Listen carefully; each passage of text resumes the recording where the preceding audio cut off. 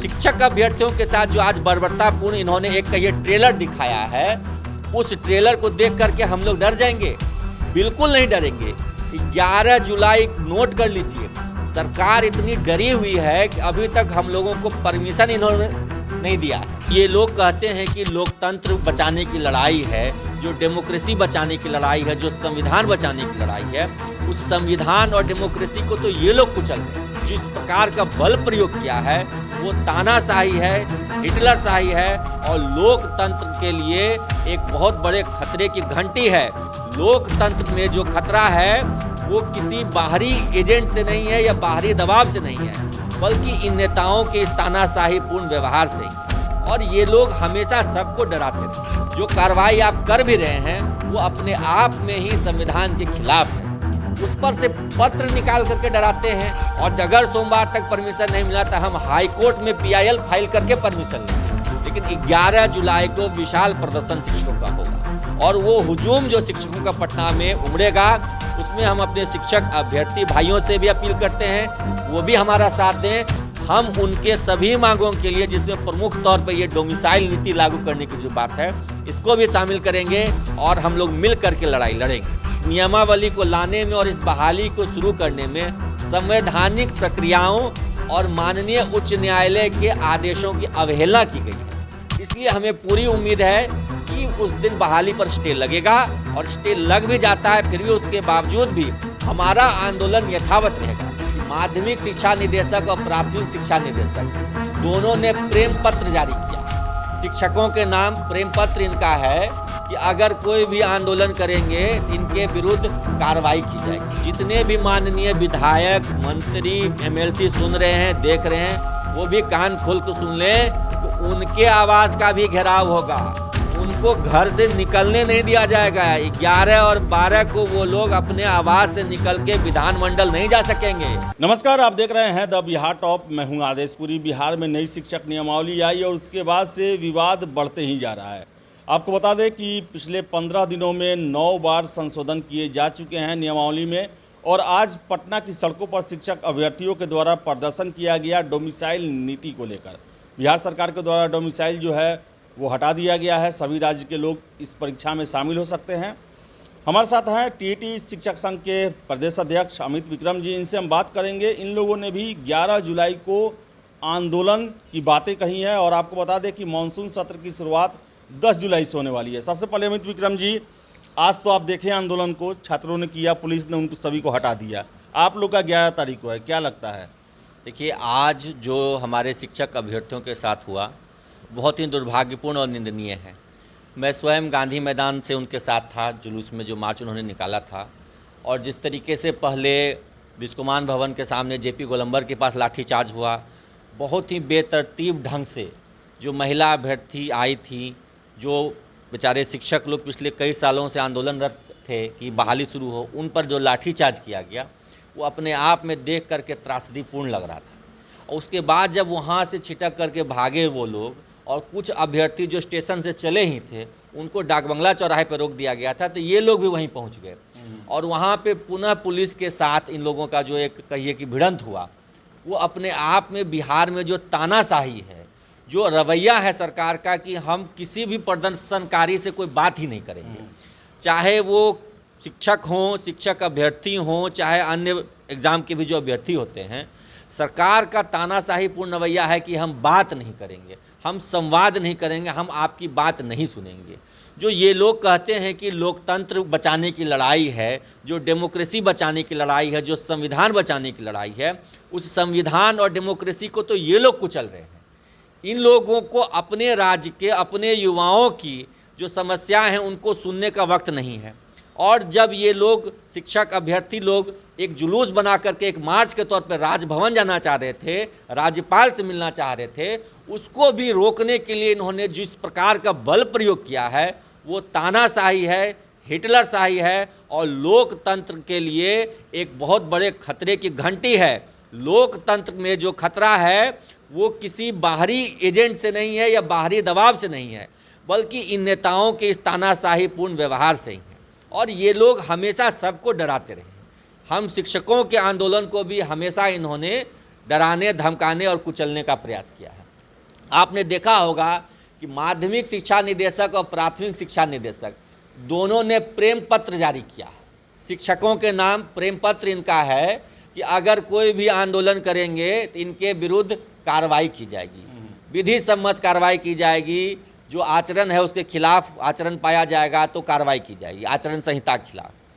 तो इनको तो सबसे पहले अपने ही संविधान, अपने ही कानून का ज्ञान नहीं होता है कि कोई भी इस देश का नागरिक यदि शांतिपूर्ण प्रदर्शन करता है, चाहे वो कोई सरकारी कर्मी हो, अभ्यर्थी हो, छात्र हो, और शांतिपूर्ण प्रदर्शन है, तो आप उस पर किसी तरह की कोई कार्रवाई नहीं कर सकते हैं।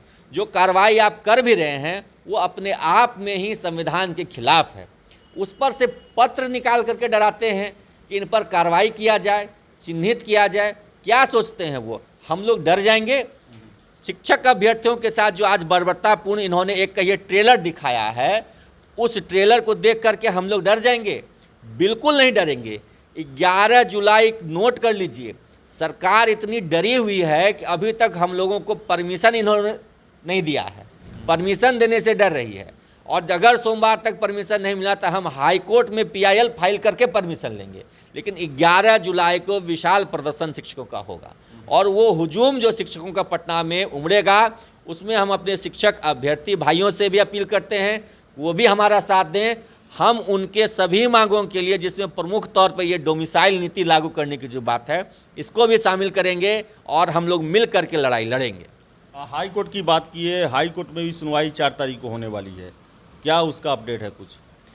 हाई कोर्ट में 4 तारीख को विभिन्न संगठनों के द्वारा जो याचिकाएं दायर की गई हैं या अभ्यर्थी समूहों के द्वारा जो दायर हैं, उन सबको समेकित करके एक बंच मैटर बना के 4 तारीख को माननीय चीफ जस्टिस के बेंच में सुनवाई है। हमें पूरी उम्मीद है कि उस दिन इस बहाली और इस नियमावली दोनों को खारिज कर दिया जाएगा, नहीं तो कम से कम स्टे तो जरूर लग जाएगा।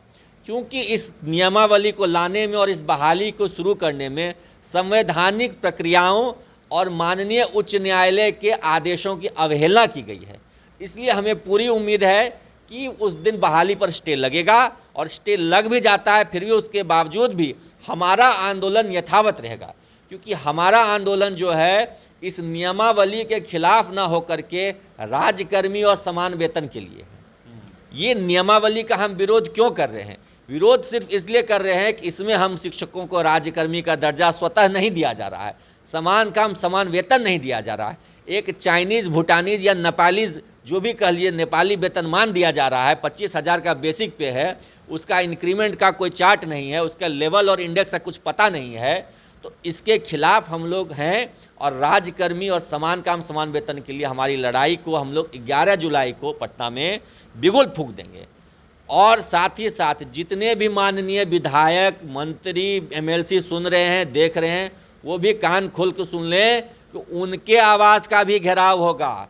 उनको घर से निकलने नहीं दिया जाएगा। 11 और 12 को वो लोग अपने आवाज़ से निकल के विधानमंडल नहीं जा सकेंगे, उनको घर में ही कैद कर दिया जाएगा। तो ये लड़ाई हमने ठान ली है और पूरी मजबूती से हम लड़ेंगे।